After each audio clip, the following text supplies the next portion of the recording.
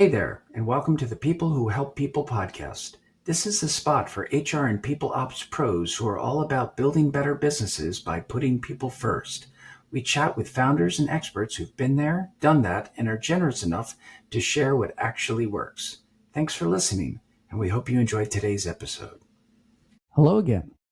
Today I'm happy to be speaking with Dr. Jason William Johnson, founder and principal at Sound Strategies, about ENA, the AI coach for small business owners.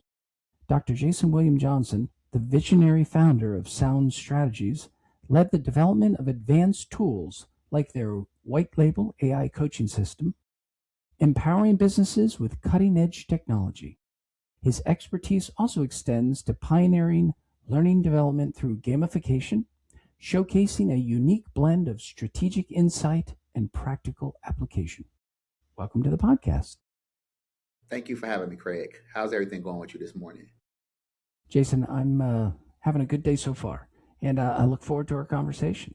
So, Jason, I threw a lot of that introduction, and to be totally honest, I didn't write that introduction. Ina wrote that introduction. We'll come back to that. We'll come All back right. to that. She missed a few Yeah. things, but I mean, she did a pretty good job. Okay, she did all right. We'll talk more about her, but tell me a little bit about Sound Strategies, and more importantly, tell me about your history, what led up to starting Sound Strategies. All right. If I had to describe what we do best or what we actually do, we basically give training providers, we help them dominate their niche by creating immersive, interactive learning experiences that don't feel like training.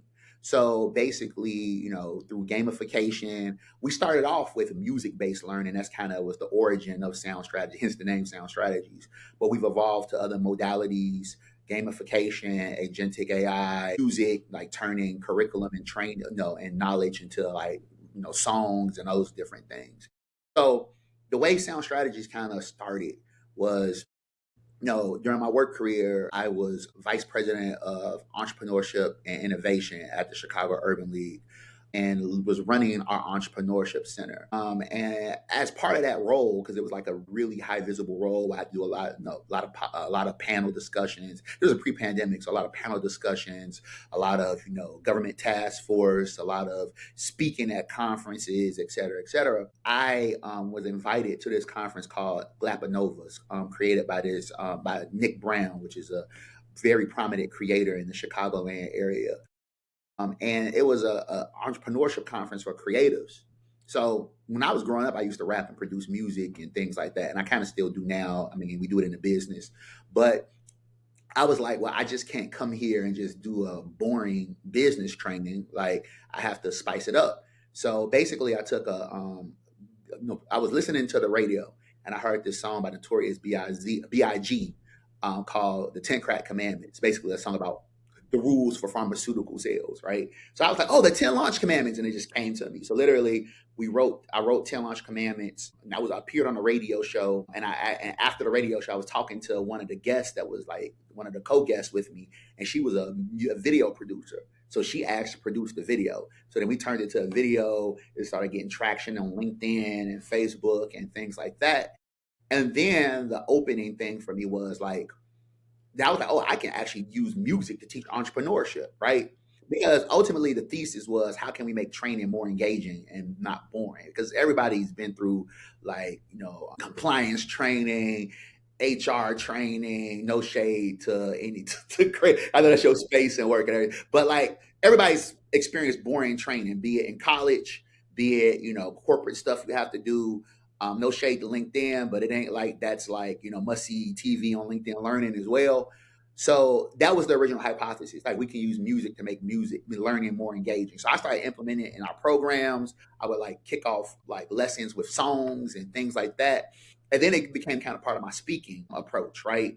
So then after I left the Urban League, I was I was working at this economic development consultancy called Next Street. And pretty much I was there for about 3 years. And then I literally started using like music for like some of our L&D work. Like, when we rebranded and launched we was launching a new product. I created a song about it, and we were like, and things like that. Or our change management strategy, I turned that into like a song, right?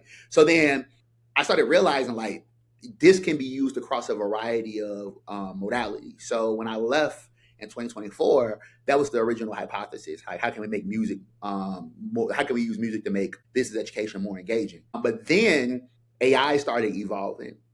And pretty much we were running a couple cohorts for organizations, some accelerators that we designed and we're running for organizations.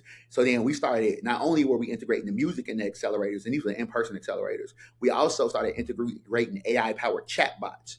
Because one of my core philosophies when running programs was you need the education and you need the coaching, right? But the problem before AI is the coaching wasn't scalable, right? So you would have to get a coach, you would have to, get some experts to come in. But now you have these AI powered chatbots, and I'm able to scale myself and create these coaching scenarios that help people, apply to learn. So then we start taking that to e-learning. So then we had the music, we had the AI powered chatbots, but then as AI became more agentic, it was like, oh, we can use voice, we can have AI do things, complete business model canvases for learners, and those type of things. So we started building like e-learning for business education, where the AI was agentic. So not only was it just a chatbot, but it'll complete the business model canvas with the learner while they're doing things, or it would complete the business plan with the learner, or the marketing strategy with the learner while it was doing after the learning, which kind of solved the coaching piece, because the education level sets, right? The training, the course level sets, but the coaching personalizes it. Like when you're in a class, it's like, this is my problem. This is like marketing. But then the coaching session, like, this is the marketing issues in my business. So you've said a lot there, and I just want to reflect on some of it, and quite frankly, the brilliance of some of it. So I like that you got your start in music, and then when you went to the Urban League, you were specifically focused on entrepreneurship and small business, and you said, you know what, I can make learning more fun, and I can help small businesses succeed by bringing this together, and I can add some AI on top of it to make it even more powerful and to make the learning stick. And you noticed a opportunity, a disparity even, that it's great that we can attend a learning session or sign up for an accelerator, but it works even better when we've got a coach who can personalize it to our situation and help us come up with a business plan, business model, rough out the business model. So in a very short answer, you covered a lot of learning from a lot of time and a lot of evolution to get to where you are today. Mm-hmm. I think it's brilliant. Yeah, and then we started experimenting with AI coding tools, getting really good, building the capacity for that, bringing people on the team, and then now we're doing we added gamification, because again, it's all part of that philosophy of making learning more fun and engaging, right? So we started off in the business environment, and then we started having healthcare companies reaching out to us, teletherapy startups, hospitals, things like that. So then my wife has an MD in medicine. She's not practicing because she wanted to stay at home with the kids and do the mom thing right now. But before medical school, she was a high school chemistry teacher. She's been a academic director at a university, like a nursing school. So like the STEM and like healthcare education was a big part of what she did. So then, she came on board, and then we started taking on healthcare clients as well, taking our same approach that we use for business education and applying it to mental health, applying it to clinical topics and all of those different things. So that's kind of how we ended up where we are now. We recognized that our approach was like agnostic across a variety of professional spectrums, and that's kind of how we arrive at where we are. But I will say, AI was really the enabler for a lot of it, because I don't have a development background, but now I can build anything now due to learning the AI tools and things of that nature. I mean, I've had a tech startup before, so I know like the mechanics of product development, but I was never an engineer. So, but now having, the ability to build things, and then bring on people who can also build things and stuff like that, it just changes the entire game. Got it. What I love about it is if you know what you want to build, it's so much easier to get it built. And to even to your point, things like I've been reading a lot about Claude Code lately and how Hmm. easy it is to just describe what you want to build, and 2 to 4 hours later, you've got a decent prototype. Um, yeah, no, I think it's amazing how far Cloud it's code come. was like a big part of a lot of it. And the thing is then you start learning, and then through that journey, you start learning things about security. And I have a lot of friends who are developers, data scientists, and everything and all that. So I have them do code review. Initially, I would have them do code review. Now it's like they're like, oh, you build really good code. So it's just like, but and then I have my methodologies for using AI for security checks. But I still got a couple people I reach out to, friends who've been CISOs, friends who are senior engineers who will be able to review code for us on a fractional basis, and make sure, just to make sure everything's official, especially when we're building something that's going to go to the masses and things like that. So, but I mean, one of the things I will say, if you're a subject matter expert in anything or you're creative right now, there's never been a better time to build a business right now, because literally, if you learn a lot of these tools, the cost of engineering goes down to basically cents on a dollar, because now you, at the very least, you can build a prototype that you can bring to market, test out, learn, et cetera, as opposed to like in the past, you have an idea, then you got to spend like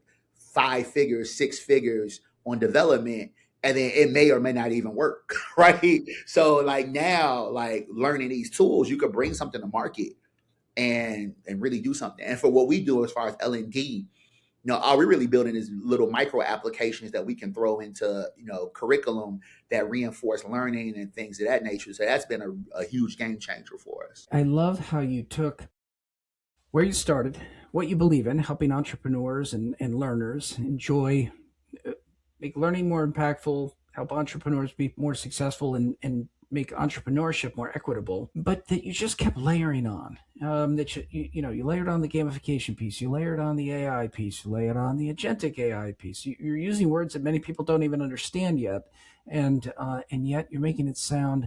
I hate to say it, you're making it sound too easy. And it's the takeaway for me is just get started and have friends. I like that it sounds like you tapped in. No, but you tapped into a network of others who I'm sure helped you along the way. It sounds like you were a driving force, or you and your wife and you and others would bring these ideas together, but you were the driving force, but you engaged others to help you along the way as you help others along the way. So And I speaking think, of helping others, go ahead. no, I will say that I want to just touch on that part. I think a lot of people, when they're trying to build a business, they have a deficit focus, like what don't I have, Hmm. right? Where in reality, it's about what you got to look at what you have as well, right? And a lot of times you have more if you do inventory of what you have around you, you know, things you own, resources you have, resources that people that you know have, and relationships. You can do a lot more than you realize, just from really just looking holistically at your entire environment to find opportunities, right? So I would say that. Excellent. I love that comes from the small business coach in you. So Exactly. speaking of the small business coach in you, Uh-huh. you put the small business coach in you in a in the headline of or the topic of our discussion, which is we'd like to meet Ina. Tell us about Ina. What's the genesis of Ina, and what is she designed to do? So the genesis of ENA was like as sound strategies evolved, we kind of got away from the business education as far as working with business owners directly. We kind of started doing more corporate learning, healthcare, et cetera, et cetera. But you got to go where the business takes you as far as the market and everything. And I'm a huge, a believer in let the market tell you where the opportunities are. So, it started going in that direction. But like the small business development, not just small businesses, founders of startups, just the business support element never went away, because at my heart I'm a business coach. I kind of wanted to figure out a way how I could still play in that space. So we've gotten our agentic AI capabilities really, really strong. And we were doing a lot of custom stuff, primarily built into curriculum and things like that. But then I was like, what if I just built a coach, right? And I started thinking about all of the challenges that I experienced when in economic development, first as somebody running a program, and then as the things I saw as a consultant, like working with governments, working with corporate CSR municipalities on like bringing, creating strong small business ecosystems. And there were three pain points that I thought we could solve through agentic AI. Number one, the language barrier is a big one, especially if somebody doesn't speak. There's a lot of resources, starting to be a lot more resources for Spanish speaking entrepreneurs. But if they speak something that's not in their market, they kind of get pushed out of the ecosystem, right? Because there's no way to get resources or support, right? And then another thing was, rural access. Enough people don't talk about rural entrepreneurs. They have shoddy internet sometimes, depending on where they are. And then it might be an hour to the closest small business development center, right? So we wanted something that would be accessible across the board. So that's why we kind of settled on a phone, like calling. And then when you start thinking about like economic development in like, underdeveloped countries, like if they don't have anything else, they have cell phones, right? So we were like, okay, let's make this a phone-based experience as opposed to an app or things like that. Another thing we wanted to address was the digital divide, which is really, really a big thing, especially in underserved communities, right? So people might be intimidated by trying to use an AI app or downloading an app or things like that. So again, that pointed to phone, right? But then, because I'm also academic, and like when you look at the entrepreneur support literature, I think it was a study by Bates, some works that's done by, and it was funded by Kaufman. The three M's are like, they conceptualize this as the three barriers to small business success, especially underserved entrepreneurs, women entrepreneurs, et cetera, et cetera. It's access to money, access to markets, and access to management knowledge. So we were like, I want to figure out how to solve all three of those pain points. So then when we started putting all that together, it was like, let's build ENA. So ENA originally stood for Ecosystem Navigation Agent, because small business ecosystems, helping a business owner navigate agent. Then we was like, we're just gonna call it ENA, right? So then we started thinking about, what does the personality look like? What does, her approach look like? And how can I take all of this in my brain and how can we use it to create a really, really engaging coaching experience? So went through all of that process, planning things out, and then we built her. So on the front end, she's a business advisor that you call, who can give you guidance 24/7. And then after your conversation, since it's phone based, we're like, how are they going to get the insights? She sends you an email summary, after your call, giving you the key points, recommend the next steps, and all of those different things. And then also, she remembers your previous conversation. So when you call back, she sees your number, she knows it's you, and then you can pick up where you left off. And then last but not least, this is a feature that we have, but we haven't launched yet because we're still building the network. She could connect you with resources. So let's say you're having a conversation and you're trying to launch a business. She could connect you to the closest, small business development center. And then they'll get the referral, and then they're able to tell Ina when they've seen you or engaged with you, and then she's able to keep track of those things. Or let's say, you're looking for an accountant, and this is when the small business support, that other accountant or that lawyer or that printer is probably a small business as well. So then that's when you start talking about the access to market. So obviously, Ina helps with the access to management knowledge, but then she can connect entrepreneurs, service providers who are also entrepreneurs with other entrepreneurs who need their services, that addresses the markets. And then obviously, if it's a bank or CDFI, or anything like that, she can connect them if they need funding or loans. She can connect them to financial resources. So we built her where she solves all three of those pain points. So the three pain points again: language barrier, rural access, and the three M's, where the three M's were money, markets, and management knowledge. Mm-hmm. So you invited me to a beta. You said, Craig, why don't you try out Ina? So I gave her a call, and I told her about my small business. She asked me some smart questions, and we decided that I run a veteran-owned AI consulting business for small businesses. And the next time I call back, you're right. She said, "Hi, Craig.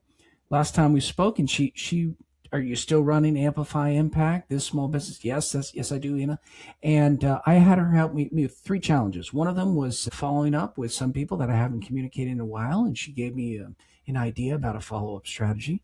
Two, she helped me draft a note to an email that I could use to reintroduce myself and pick up with the conversation. She reminded me to include something from the last conversation, like she always does. And three, she helped me write the introduction to this podcast. I said, I'm having a podcast with Dr. Jason William Johnson. She found your LinkedIn profile and some other information, and she synthesized that into the introduction that I did at the beginning. And of course, the best part was she emailed it to me afterwards, so I had it to include in this introduction. She was very glowing, by the way. She said some extra. She just made it sound like you walked above water, so I toned it down a little bit. But She don't know. She don't know that I'm her founder. no, she doesn't. She actually doesn't, because I tried to get into that, and she didn't know. Founder. We No, didn't give her that knowledge that she. but that's fine. But she did. The way she described you, I thought was pretty darn appropriate. And what I loved, just like you said, it's so easy to call her. When I was calling her, I was driving in my car. I was going to the That's gym. a big one right there. That's a big. Talk to me about that. Yep. Talk to me about that. Go ahead. Yeah. So one of the things that like we wanted like ultimate accessibility. And I know people like text messaging and everything and all that, and we'll eventually add that feature. But we wanted to get the voice thing down because that's the differentiator. Like even if you're using Chat GPT and you're using the voice feature, you got to find some time to touch the phone and like literally you just call it like you're calling somebody on your speakerphone and like you can just start talking to her, right? Which is like the value add, right? So we really wanted to like create that amazing experience and really help business owners get that guidance and advice they need whenever they need it. They don't have to learn no special prompts.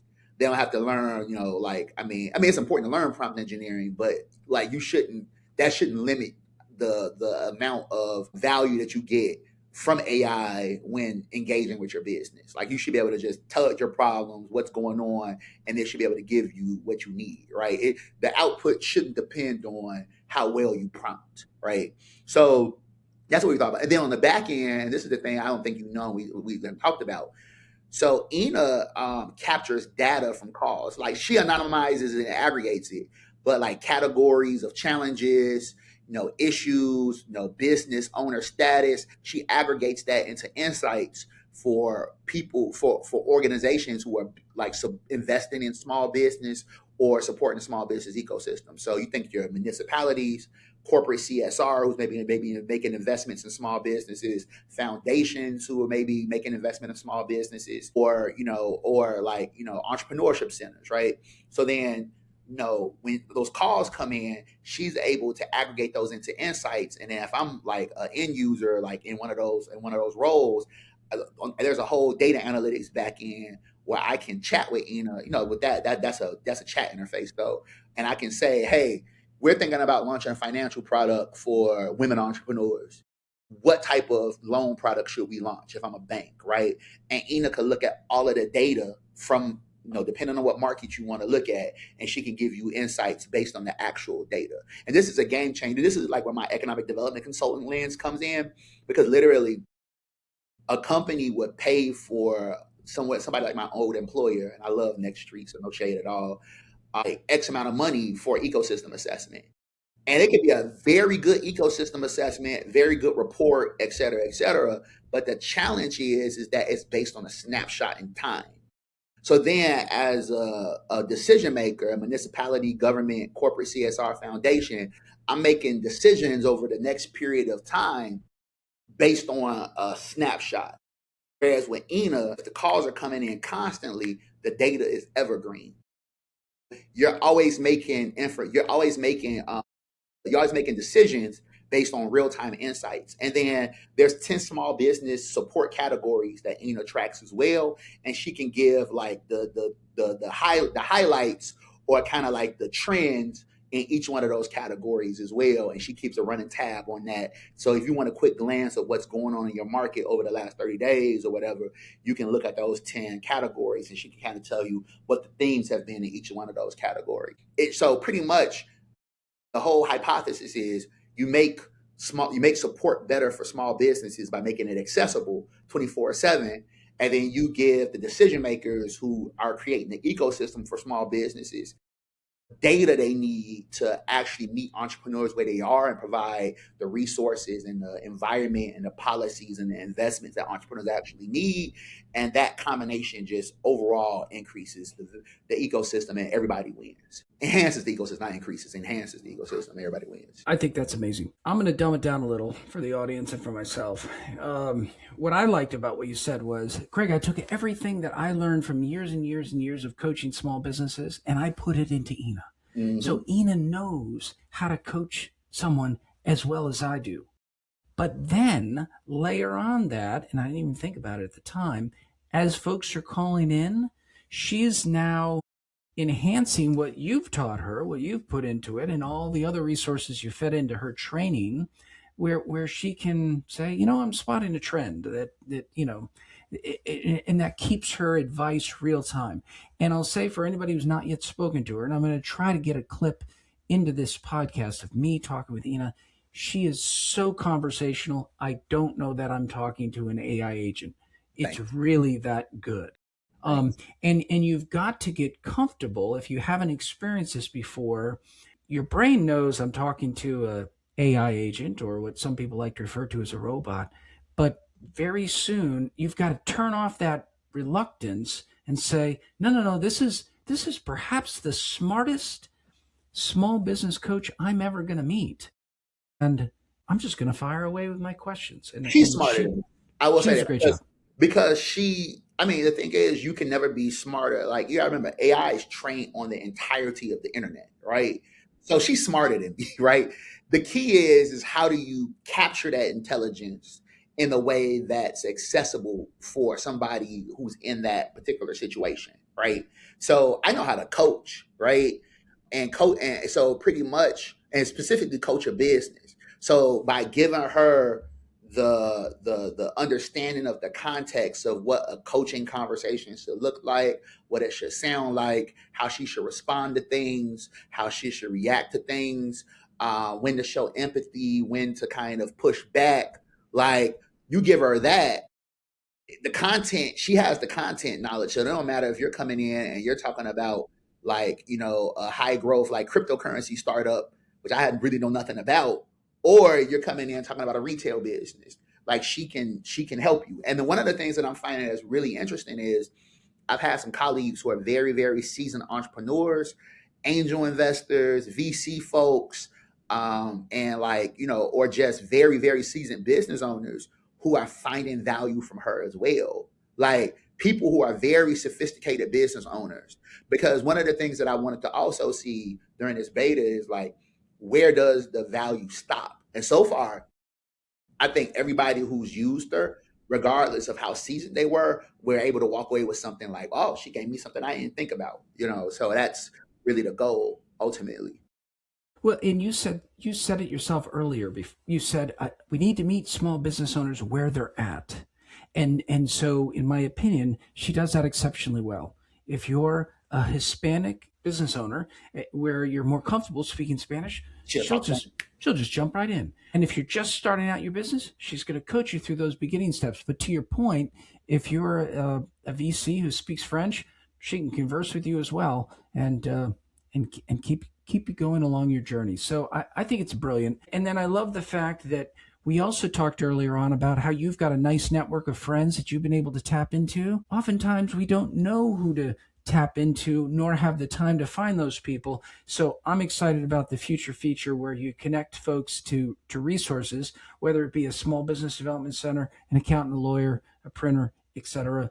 I think the way you've coalesced your learnings, what you believe in, what you've mastered along the way, and also overcoming those 3 pain points for entrepreneurs, I think is brilliant. So enough of me telling you you're brilliant. You're probably getting sick of it, but I just think it's great. I appreciate it. It's just like, when you work hard on things, to hear people say, like, I really like what you're building, or what you've built really helped me, or anything like that. It's just like, it's a testament to why you do what you do. So I mean, keep it up. Anybody who Okay. feels like, if anybody who gets upset, stop calling me brilliant. All So right, there you go. no, like All right, seriously, I won't stop. I won't stop. yeah. But But but I'm excited to see where she's going because I see your vision. I've experienced the interface and I'm excited for where it's going and I can't wait to follow up in 6 months or a year and see how much you've been able see where it's grown to and the number of people you've been able to help and impact. I think it's going to be phenomenal. I'm excited about it. As an Terrific. entrepreneur, one of the biggest challenges, and right now we're not trying to supermarket her like super hard because we're still kind of like using the beta to try to get her perfect. But one of the challenges is like you can have something great, but how do you get it into the hands of the world? So that's one of the things we're primarily focusing on. As we're going through the beta, assuming that we're going to get her where we want her to be, as far as her ability to coach, guide, et cetera, et cetera. And in general, we've gotten great feedback. Like I haven't had anybody who's come to me and like, oh, this was a terrible experience. I mean, things can always be better, and that's the purpose of the beta, to make her better. Like that's why I shouted you out on LinkedIn, because you have been very proactive and like, oh, you can improve this, you can improve this. This didn't happen. I didn't get the summary of this, and it just helps us make her better, right? So like those are the type of things that. So I appreciate that, but yeah, like So let me I add to can't wait to that. see where she goes I as well. I wrote to you late on a Friday. You worked on it over the weekend. You fixed the problem, and you sent me several follow ups. I think they might even been by text. I can't remember. Craig, it's been fixed. Try it again. And I tried it again, and she worked. So I appreciate how responsive you were and your commitment to making this beta a success. So you and I could speak all day, but we need to wrap this up. Before I do, I want to ask the important question: what's it going to cost to use Ina? So And I know you don't know you may not know all the specifics yet, but generally talk to me through the pricing model. the goal is for business owners always to be able to access it free. So the goal is for business owners to be able to access it free, at least the core feature of it. And then what we're relying on is developing partnerships with municipalities, like service providers to business owners, et cetera, and monetizing the referrals, monetizing the because I know eventually we're going to have social media content. You have Ina doing full like YouTube videos and things like that. So monetizing those other aspects of the business model, and then always trying to make it free for business owners. And the great thing is about that approach, and this all again comes from my whole economic development background, because I've been the entrepreneur who has been fundraising, and I've been the one that's been advising and working with the organizations that's doing the funding, right? So the great thing is there's a lot of people interested in supporting small businesses. And there's a lot of people interested in artificial intelligence and how it could be used to benefit AI. So we think between research partnerships, between corporate partnerships, between business owners, small businesses that may want to get access to the people that Ian is talking, and then the data. That's a big one. Like the data also, we can monetize all of that while business owners be able to get it free. Okay. I love that answer. And I lied that was my last question. One more question: security. Security of my data. So if I tell you my hopes and dreams and I want to start up a business, but I'm worried about talking about it because what happens, you know, I don't want somebody stealing my idea.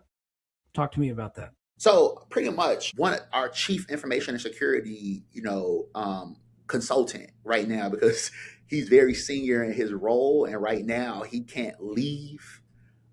But he's worked in like security, like been a chief information and security officer in in large like financial institutions, credit bureaus,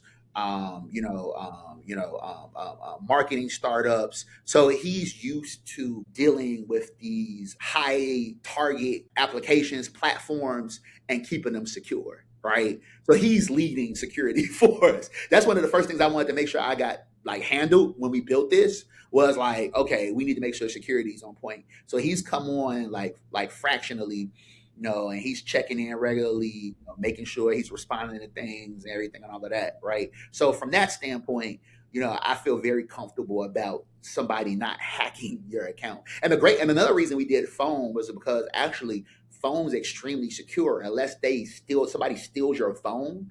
Like the phone is through the authentication. Like nobody can put a password in and hack your phone number, right? So that's another reason we were really big about the phone, because the primary experience is on the phone, and then also we have it where maybe your last two or three conversations she remembers like offhand. Whereas if you want anything beyond that, you have to know it, right?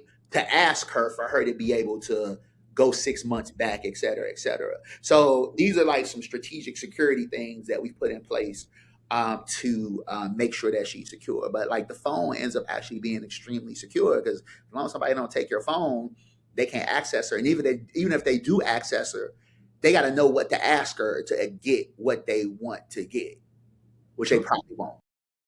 So let me close on that note. My wife and I share the same phone plan. And when she goes to look at who called her or who we've called, she goes, "Who's Ina? What, you got 4 calls to Ina. Who's Ina?" So thankfully I had a good explanation. My wife be like, "Oh, you spend a little too much time with Ina." Oh, yeah. She said, let me talk to this Ina. So anyway, she's got a lovely voice. I encourage everybody to participate in the beta or the actual release as soon as possible. Jason, it's been fabulous getting to know you. If somebody heard something on this podcast that they'd like to follow up, learn more about Ina, meet Ina, participate in the beta, who knows, whatever, how do they get in touch with you? So if you want to connect with me, you can connect with me on LinkedIn, Jason William Johnson, PhD. Okay. I'll put it underneath the podcast. And Go then, ahead. and then if you're interested in the beta, you go to ina.chat to go sign up and everything and all of that. And then if you want to know more about what we do at Sound Strategies, you can go to getsoundstrategies.com. Terrific. I will include all of that in the description underneath the podcast. Jason, I appreciate your time on a Saturday. I could talk about this all day. I love what you're doing. Thanks, Craig. I appreciate you. Thank you for the opportunity and the platform. My pleasure. Good luck to you. All right, thanks. Take care. I want you to hear Ina in action. I'm going to call her so you can see how naturally she speaks and responds to my questions. Let's hope this works. Hi, welcome to the Business Helpline. Who am I speaking with? Hi, Ina. This is Craig. Welcome back, Craig. Great to hear from you again. Last time we talked about refining the podcast guest bio for Dr. Jason William Johnson. Very apropos, Ina. I just finished my podcast recording with Dr. Jason William Johnson, discussing the AI coaching platform that he built. As a reminder, my podcast is called The People Who Help People, and we feature leaders and founders of HR and people ops consultancies to speak about their business journeys, lessons learned, and tips for their peers. I'd like you to give me some ideas on how to promote this podcast recording and associated short clips on social media. I post to YouTube and Spotify and promote primarily on LinkedIn. That's fantastic news, Craig. Congratulations on finishing the podcast recording with Dr. Johnson. It sounds like a really valuable discussion for your audience of HR and people operations consultants. Since you're primarily promoting on LinkedIn, YouTube, and Spotify, let's think about how to best leverage each platform. One really effective strategy for LinkedIn is to create a series of short, engaging video clips from the podcast. These clips should highlight key insights. You could even add text overlays with a compelling question or a quote to grab attention. Does that first idea make sense for how you're thinking about promoting the episode?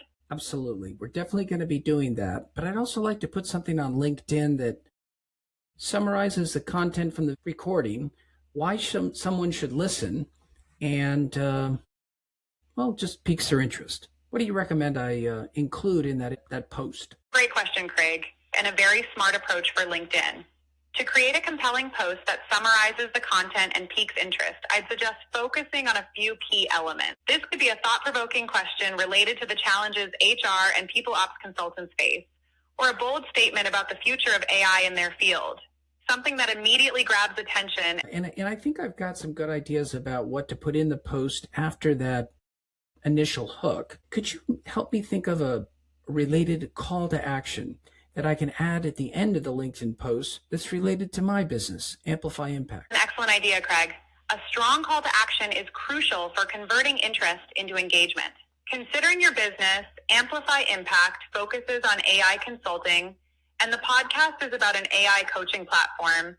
You could craft a call to action that invites your audience to explore how AI can specifically benefit their own consultancies.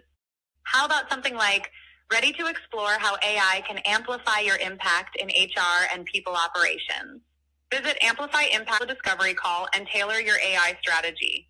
This directly links the podcast topic to your business and offers a clear next step. Does that resonate with what you're looking for? That's exactly what I was looking for. Ina, could you do me a favor? Could you send me a summary email that includes that language that I can include in my post? Absolutely, Craig. I can certainly send you a summary of our conversation, including that call to action language you can use in your LinkedIn post. I'll send that summary to the email I have on file, which is craigamplifyimpact.com. Is that still the best email for you? Yes, it is. Thanks, Ina. That's it for today. You'll get that summary from support@ina.chat. If you don't see it in the next few minutes, check your spam or promotions folder, and feel free to add us as a safe sender so future emails come through. It was great chatting with you today, Craig. And she hung up. Hopefully you see, not only she was easy to talk to, but she gave some pretty good advice. Okay, that's it for now.